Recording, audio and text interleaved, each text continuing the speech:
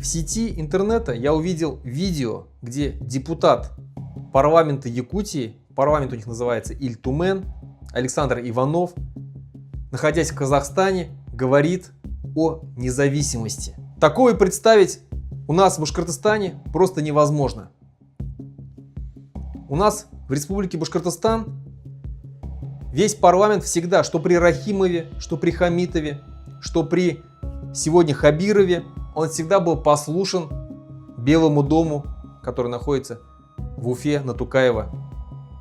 И, конечно, независимости от какой-либо этой партии не была, Единая Россия, Справедливая Россия, коммунисты или ЛДПР, все они дружно голосовали, дружно проводили генеральную линию, которая шла из Москвы, либо, еще раз говорю, из правительства Республики Башкортостан.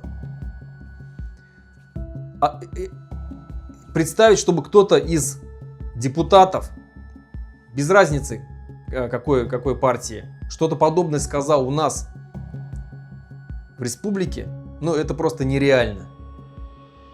У нас до такой степени все перепуганные, к тому же они все проведены туда, в Госсобрании Курултай, через согласованные списки, что там просто не может попасть какой-то человек, который бы там мог бы высказаться в подобном ключе.